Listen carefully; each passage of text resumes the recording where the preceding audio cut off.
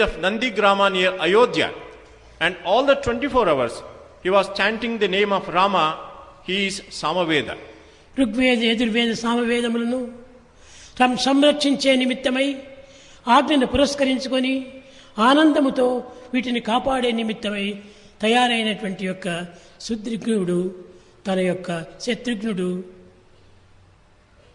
నిజమైనటువంటి యొక్క అంతఃశత్రుడు. Shatrughna, who with great bliss and joy obeyed the command, and it was his vow to protect the three brothers in the form of Rigveda, Yajurveda and Samaveda, is the Atharvana Veda. ఈ అథర్వణ వేద కేవలము దుర్మార్గములను, దుష్టులను, దురాచారములను, దుస్సంగములను దూరం చేసి సదాచారములను, సత్ప్రవర్తనలు, సద్గుణములను పోషించేటువంటిదే అథర్వణ వేద యొక్క సారము. The essence of Atharvana Veda is to destroy the wicked failings, the wicked behavior and wicked people, and therein establish good thoughts, good deeds and good things. శత్రువులను సంహరించి మిత్రులను, పవిత్రమైనటువంటి వ్యక్తులను పోషించుకునే నిమిత్తమై జన్మించినటువంటి వాడు శత్రుఘ్నుడు, అనగా శత్రువులను ధ్వంసం చేయువాడు శత్రుఘ్నుడు. Shatrughna was born to destroy the wicked enemies and protect his masters and friends. ఇట్టి రామాయణమే వేదము, వేదమే రామాయణమని రెండింటి యొక్క సంబంధ బాంధవ్యములను నిరూపించినటువంటిదే మానవత్వము. In fact, humanity or humanness is the direct demonstration of the intimate relation that exists between Veda and Ramayana. వేదం వేరు కాదు, రామాయణం వేరు కాదు. Veda is not different from Ramayana. కేవలం దశరథ కుమారుని యొక్క పుత్రులు వీరందరూ కూడాను రామాయణం యొక్క పితృలు. కానీ ఇంత మాత్రంతోనే మనము తృప్తి పడకూడదు.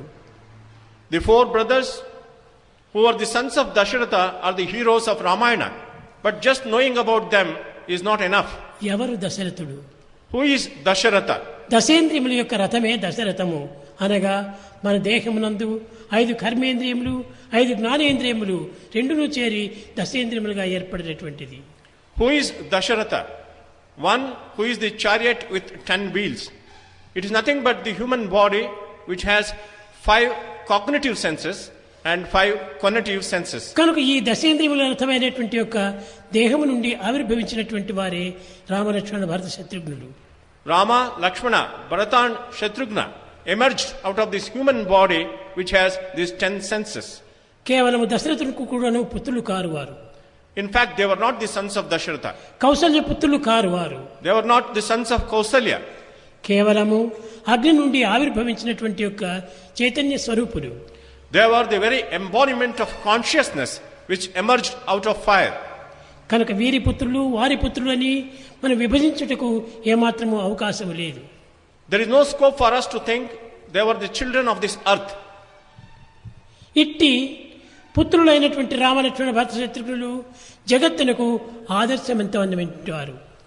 These four brothers, Rama, Lakshmana, Bharata and Shatrughna, were ideal brothers who set great ideals to the whole world. ప్రతి కుటుంబమునకు, ప్రతి సోదరులకు, ప్రతి తల్లిదండ్రులకు, ప్రతి అక్క చెల్లెళ్లకు, అన్నతమ్ములకు ఆదర్శాన్ని అందించి ఆనందాన్ని చేకూర్చినటువంటి వారు రామలక్ష్మణ భరత శత్రుఘ్నులు. Rama, Lakshmana, Bharata and Shatrughna, they set great ideals for every family, for all brothers and sisters and the whole world, and delight the whole world. విశ్వమందు ఇప్పుడు వెలుగొందుచుండెను. The Lord shines in the universe. ఈ విశ్వమందు కూడాను భగవంతుడంతా కూడాను వెలుగుతూ ఉన్నాడు. God all the time shines effulgently. విశ్వవిభుని మైత్రి విడదీయరా అనేటువంటిది. The friendship between the universe and the Lord is inseparable. కనుక విశ్వమంతా కూడాను కేవలము ఒక జీవుల చేత నిండినటువంటిది. Universe is full of beings. కాబట్టి జీవులే రామస్వరూపులు. And individuals are the very form of Rama. ఒక్క రాములు మాత్రమే రాములు కాదు, సర్వ జీవులు కూడాను రామస్వరూపులే. Only Rama is not God, all the individual beings are God. రమింప చేసినటువంటి వాడు రాముడు. One who delights is Rama. కనుక ప్రతి వ్యక్తి కూడాను మనకు రమింప చేసేటువంటి వారే. Every individual should delight us. కనుక రాములు అనగా ప్రత్యేకమైనటువంటి ఒక స్వరూపం కాదు. Rama was not a separate individual. ముఖ్యంగా మనం యోచించవలసినటువంటిది ప్రతి జీవి కూడాను రాముడు స్వరూపమే. What we have to recognize most importantly is that every being is the form of Eshwara Rama. సర్వభూతానాం God resides in every, ఈశావాస్యం ఇదం జగత్తు. the whole universe is జగత్ అంతా కూడాను దైవ స్వరూపమే. the whole universe is the very form of God. సహస్ర శీర్ష పురుష సహస్రాక్ష సహస్రపాత్.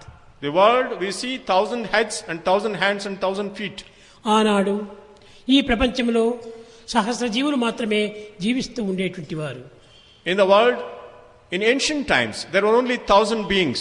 కనుకనే సహస్ర శీర్ష పురుష అన్నాడు. That is why it was said God was having 1,000 forms. కాలము కదులు కొలది But later on వేలకు దాటి లక్షలకు వచ్చింది. the population become into a ఈ few lakhs లక్షలకు దాటి కోట్లకు వచ్చింది. and it became a few crores. ముక్కోటి స్వరూపుడు భగవంతుడు అన్నారు. Then they said God is in the form of 3 crore beings. 3 కోట్ల స్వరూపులు ఎట్లవుతాడు భగవంతుడు? How can God have 3 crore forms? ప్రతి వ్యక్తి కూడాను ప్రతి జీవి కూడాను ఒక రామస్వరూపమే. Every being, every individual is the form of God. కాబట్టి ఈనాడు ముక్కోటి కూడాను దాటిపోయింది. And today the population has increased much more. కనుక అందరూ కూడాను ఈశ్వర స్వరూపులే, అందరూ రామస్వరూపులే. All are the forms of God, all are the forms of Rama. కనుక రామస్వరూపం అనేటువంటిది ప్రత్యేకమైనటువంటిది కాదు. Rama's form is not a separate entity. వీళ్ళు ధరించి అరణ్యవాసం చేస్తున్నటువంటి సమయంలో రాముడు ఈ స్వరూపంలో ఉన్నాడు అని భావిస్తారు. And you generally think Rama went to the forest and he was having that form when he roamed around in the forest. సర్వమానవ స్వరూపులు కూడాను రాములే. Every man in fact is Rama. ప్రతి మానవుడు కూడాను రామస్వరూపుడే. Every man is the embodiment of Rama. అందుకోసమే రామనామాన్ని ప్రతి ఒక్కరు కూడాను పెట్టుకుంటుంటారు. That is why every person has the name of Rama. Rama, Krishna, Govinda, లక్ష్మణ ఈ విధమైనటువంటి పేర్లు సాధిస్తుంటారు. And today we name our children after Rama, Krishna and Lakshmana. ఇలాంటి పరిస్థితి లోపల రామాయణము ప్రతి కుటుంబానికి కూడాను చాలా ఆదర్శవంతమైనటువంటిది. In such a situation, Ramayana sets ideals for every family.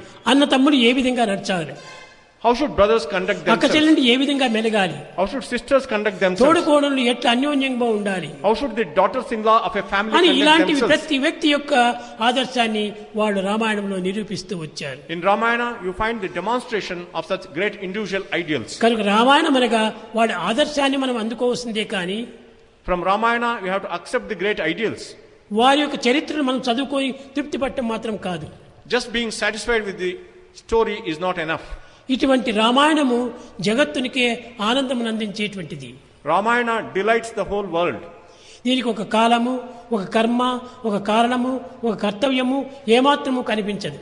There is no limitation of space, time or causation. కుల మతములకు అంత మాత్రం కూడా స్థానం లేదు. They transcend all religions and castes. ఏ దేశం వారైనా, Whichever of ఏ nationality, కాలం వారైనా, whichever time, ఏ పరిస్థితులు ఎందున్నా in whatever అందరూ situation. ఐకమత్యమైనటువంటిది ఉన్నప్పుడే అన్ని విధాల సార్థకమవుతుంది.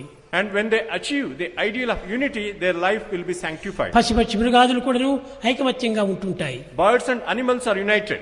అది ఒకానొక సమయం లోపల 2 పక్షులు పోట్లాడి And there are 2 birds which fought with one another. సీతారాముల వలె మనం మెలగాలి అనుకుంటున్నారు. Even they thought we should live like Sita and Rama. అప్పుడు ప్రక్కన మరొక పక్షి వచ్చి There was another bird which came and said, అయ్యో సీతారాములు అనుకుంటున్నావు నీవు. కాదు కాదు కాదు, you are thinking of only Sita and Rama. పక్షులు ఆస్తిపాస్తుల కోసమే అల్లాడేటువంటి వాడు కాదు. Birds will not fight for properties. ఆస్తిని ఆశిస్తారు. They may not. పశుపక్షాదుల మృగాలు కూడాను ఈ విధమైనటువంటి అన్యోన్యతను నిరూపిస్తూ వచ్చింది. Even birds and animals demonstrate such great ideal of unity. ఆస్తిపాస్తులకై కూడబెట్టుకునేటువంటి స్వభావం పక్షులకు లేదు. And they don't have the nature to fight for properties. దాన్ని దాచిపెట్టుకొని పోట్లాడుకునేటువంటి ఒక దుర్మార్గం వాటి యందు లేదు. They don't have the wicked nature of Eenadu hoarding. పశుపక్షి మృగాదుల యందు లేనటువంటి యొక్క దుర్గుణములు మానవుల యందు అభివృద్ధి అవుతూ వస్తున్నాయి. And today you find the type of wicked character which is not there even among the birds and animals. కనుకనే రామాయణం నందు పోట్లాడినటువంటి సమయమే లేదు.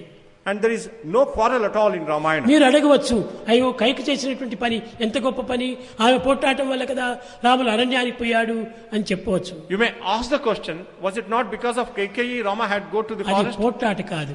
No, it is not correct. రామునంటే కైకకు చాలా ప్రీతి. And Kaikeyi had great love for Rama. తన కుమారుడైనటువంటి భరతుని కంటే రాముని ఎంతో ప్రేమగా సాకినటువంటిది. She loved and brought up Rama even more than Bharata. కానీ కొన్ని పరిస్థితుల యందు సహవాస దోషం చేత మనసు మార్పు అవుతుంది. Because of the effect of the bad company, her mind was changed. Tell me your company, I shall tell you what you are అని. కంపెనీని బట్టి కొంతవరకు నువ్వు ఎటువంటి వారని చెప్పవచ్చు. Depending on your company, we can also decide your nature. కనుక మందర యొక్క ప్రోద్బలం చేత ఈ విధంగా జరిగింది. Because of the company of Manthara, it happened. కానీ మందర కూడాను ఒక చెడ్డ స్వభావం లేదు. And Manthara was also not ఆమె wicked. ఎందుకు కూడాను మంచి స్వభావమే ఉండినది. She had good nature. Manthara husband కూడాను ఇద్దరు జింకలుగా ఉంటుండి అరణ్యంలో సంచరించేటువంటి వారు. Mandara and her husband were dear once upon a time as wife and husband. కానీ కైకేయి రాజు ఆ యొక్క జింకలు ఆడుకుంటున్నటువంటి చూసి చాలా మంచిగా ఉంటున్నాయని ఒకదాన్ని తీసుకుని పోవాలని కొట్టాడు అమ్ముతో. The king of Kaikeya, in order to take away one of the deer, he shot an arrow. మగ జింక మరణించింది. The male deer died. ఆడ జింక ఏడుస్తూ తల్లి దగ్గరికి పోయింది. The female deer was crying and went to her తల్లి mother. జింకతో పోరాడుకుంది. అమ్మా, నన్ను ఈ విధంగా ఆడుకున్నటువంటి దానిని నాకు వియోగం కల్పించాడు ఈ కేకేయి రాజు అని. The king of Kaikeya has killed my husband and I am lamenting. అమ్మా, ఇవి లోకములో సహజంగా జరుగుతూ ఉంటాయి. My dear మంచి child, చెడ్డలు రెండు కూడా కలిసిపోతుంటాయి.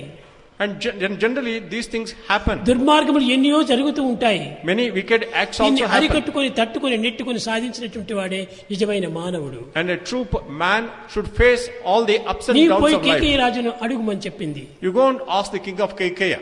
అప్పుడు కేకేయి రాజు దగ్గరికి వెళ్ళి ఈ Mandara went to the king of అయ్యా, Kaikeya. మేమిరువురు కూడా ఎంతో ఆనందంగా జీవితాన్ని గడుపుతుండేటువంటి వారము. Two of us were happy leading a good life. అలాంటి మా జీవితాన్ని మీకు అడ్డు తగిలి మాకెంత ఆనందాన్ని చేకూర్చుకున్నారు.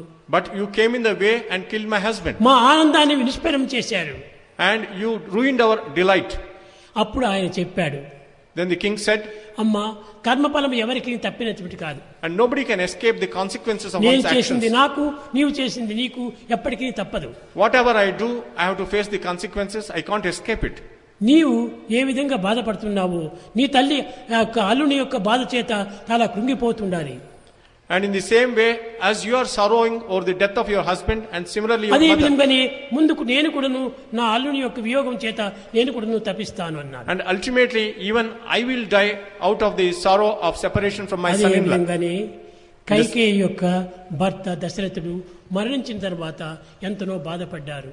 When the husband of Kaikeyi died, actually the king of Kaikeyi had to grieve ప్రతి over that. మానవుడు కూడాను సంయోగ వియోగ సంకర్షాత్మకమైన మహోత్తాల తరంగమైన సాగరము. This life is nothing but a ocean with the waves of union and separation.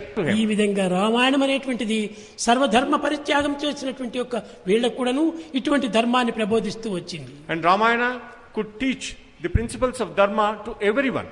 ప్రతి మానవునికి తన యొక్క కర్తవ్యాన్ని నిర్వర్తించవలసిన మార్గాన్ని ప్రబోధిస్తూ వచ్చింది. Ramayana teaches the path of duty for every individual. కనుకనే మహాభారత యుద్ధం ఎంతో పూర్వం జరిగినటువంటిది. The battle of Mahabharata took place, దానికంటే ఇంకా ఎంతో ముందుగా జరిగినటువంటిది ఈ రామాయణము. and this Ramayana took place much before Mahabharata. ఇంత సనాతనమైనటువంటి రామాయణ తత్వాన్ని నేటికి కూడాను ఒక విధమైనటువంటి ఆనందంగా దీన్ని ఉచ్చరిస్తున్నామంటే, పూజిస్తున్నామంటే, గౌరవిస్తున్నామంటే ఎంత గొప్పతనం దీంట్లో నిండి ఉంది. Such greatness is of Ramayana that even today we think of the characters of Ramayana who were there many years Ramayanam before. మించినటువంటి నీతి మరెక్కడ కూడా కని రాదు. There is no morality higher than what is depicted in Ramayana. రామాయణమే ప్రధానమైనటువంటి యొక్క మన పారాయణము. Ramayana should be the subject of our study. Ramayanam యొక్క తత్వాన్ని మనం హృదయం నందు స్థాపించుకొని We have to install the principle of Ramayana in our జీవితానికి heart, ఆనందాన్ని అందిస్తూ రావాలి. and we should find happiness and bliss in life, ప్రేమ స్వరూపులారా, embodiments of divine అందరూ love. కూడా రామాయణ తత్వంలో ఉన్నటువంటి ఒక నీతిని ప్రతి చిన్నదాన్ని కూడా పాటిస్తూ రావాలి. We have to practice and learn the simplest principle of దాన్ని Ramayana. అనుసరిస్తూ రావాలి. We have to follow that, దాన్ని అనుగుణంగా చేయాలి. and we have to practice it. ఈ విధమైనటువంటి రామాయణ తత్వాన్ని మనము ప్రబోధించుకునే నిమిత్తమై ఈ రామ జన్మదినం అనే వచ్చున్నది.